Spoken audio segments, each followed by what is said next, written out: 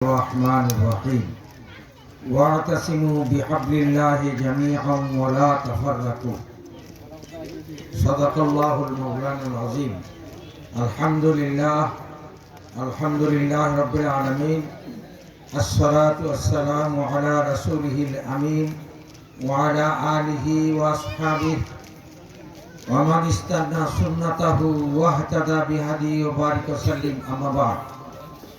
সম্মানিত আজকের এই মাহফিলের সভাপতি, প্রধান বক্তা, উপস্থিত নেতৃবৃন্দ, আমার সামনে উপবিষ্ট দিনী ভাইয়েরা, আসসালামু আলাইকুম ওয়া রাহমাতুল্লাহি ওয়া বারাকাতুহু। আমি লম্বা কথা বলবো না, বলতে পারিও না, সংক্ষিপ্তভাবে কয়েকটা প্রশ্ন আকারে আপনাদের কাছে কথা বলবো। প্রশ্ন এরকম যে বাংলাদেশ জামাত ইসলামী কি চায়, 1 নম্বর প্রশ্ন। 2 নম্বর, কেন চায়? 3 নম্বর, কিভাবে চায়? এই 3টা প্রশ্নের উত্তর আপনাদের কাছে দিয়েই আমার বক্তব্য শেষ করে দিব। বাংলাদেশ জামাত ইসলামী কি চায়? 1 নম্বর, আল্লাহর জমিনে আল্লাহর দ্বীন প্রতিষ্ঠা করতে চায়। 2 নম্বরের কথা, বিভিন্ন সময়ে বাংলাদেশের আনাচে কানাচে দেশ স্বাধীন হওয়ার পর থেকে আজ পর্যন্ত শোষণ, দুর্নীতি, জুলুম, অত্যাচার, নির্যাতন ছায়া গেছে। বাংলাদেশে অত্যাচারিত হয় নাই এমন মানুষ খুব কম আছে। বাংলাদেশ জামাত ইসলামী চায় এই শোষণ, জুলুম, নির্যাতনকে উৎখাত করে এদেশে শান্তি প্রতিষ্ঠা করতে চায়। 3 নম্বরে, বাংলাদেশ জামাত ইসলামী যা চায়, এই দেশের মানুষ একটু শান্তি চায়, শান্তিতে বসবাস করতে চায়। সে সরকারের থেকে লাখ লাখ টাকা পাইতে চায় না, নিজে বাড়ি গাড়ি করতে চায় না। এরা চায় শুধুমাত্র খালি একটু শান্তি। বাংলাদেশ জামাত ইসলামী আল্লাহর জমিনে আল্লাহর দ্বীন কায়েমের মাধ্যমে এদেশের মানুষকে শান্তি দিতে চায়। বাংলাদেশ জামাত ইসলামী এই শান্তি কিভাবে আনতে পারে? আল্লাহর দেওয়া পথ, রাসূলের দেওয়া তরিকা ছাড়া দুনিয়াতে শান্তি আসতে পারে না। সুতরাং বাংলাদেশ জামাত ইসলামী চায় আল্লাহর জমিনে আল্লাহর বিধান প্রতিষ্ঠা করে, রাসূলের তরিকা অনুযায়ী রাষ্ট্র পরিচালনা করে এদেশের বুকে শান্তি প্রতিষ্ঠিত করতে চায়।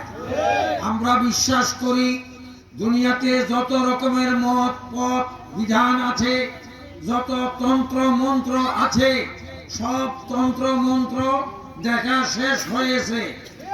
গণতন্ত্র শেষ হয়েছে, সমাজতন্ত্র শেষ হয়েছে, কিন্তু কোরআনের তন্ত্র আমরা এখনো প্র্যাকটিসে আনতে পারি নাই।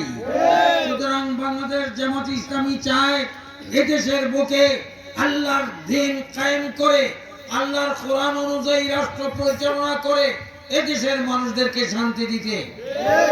আমরা আরো দেখেছি এই বাংলাদেশ স্বাধীন হওয়ার পর থেকে নিয়ে বিভিন্ন দল এদেশের ক্ষমতার মস্তক দখল করেছে, কিন্তু আল্লাহর বিধান কায়েম না করার কারণে, আল্লাহর বিধানকে চালু না করার কারণে তাদের শান্তি দিতে সক্ষম হয় নাই। তাই আমরা জনগণকে সাথে নিয়ে আল্লাহর জমিনে আল্লাহর দ্বীন কায়েম করার মাধ্যমে এদেশে শান্তি প্রতিষ্ঠা করব ইনশাআল্লাহ। সুতরাং জামাত ইসলামী এই ওয়াদা করছে, জামাত ইসলামী এই অঙ্গীকার করছে, এদেশে যদি শান্তি আসতে হয় তাহলে আল্লাহর কালাম ছাড়া শান্তি আসতে পারে না। সুতরাং জামাত ইসলামী আপনাদের সামনে জাজ্জল্যমান প্রমাণ করে দিয়েছে। তারা মরতে শিখেছে, ফাঁসির কাস্টে ঝুলেছে, যাবজ্জীবন কারাদণ্ড গ্রহণ করেছে, জেলের ভিতরে বিষ প্রয়োগে নিহত হয়েছে, কিন্তু এই জমিনে ইসলাম কায়েমের কথা থেকে এক বিন্দু বিসর্গ সরে লড়ে দাঁড়ায় নাই। সুতরাং আমি আপনাদেরকে উদাত্ত আহ্বান রাখতেছি, এবার এই আমাদের স্লোগান নিয়ে আসতে হবে, আল্লাহর আইন চাই, আল্লাহর চাই, যত রকমের ফিতনা ফাসাদ আছে এগুলি নিপাত যাক। জামাত ইসলামী বাংলাদেশ। আপনাদেরকে এই উদাত্ত আহ্বান রেখে আমি আর কথা বাড়াইতেছি না, সন্ধ্যা হয়ে যাইতেছে। আপনারা যাদের বাড়িতে গিয়ে হয়তো নামাজ পড়বেন, অনেকে ইফতার করবেন। এই জন্য আমি আমার বক্তব্য এখানে শেষ করছি। আমাদের লোকজন আছে, একটা কমিটি, দুইটা কমিটি, হয়তো ওই যে যুব কমিটির ঘোষণা করা হয়েছে, এরপরে শ্রম কমিটি ঘোষণা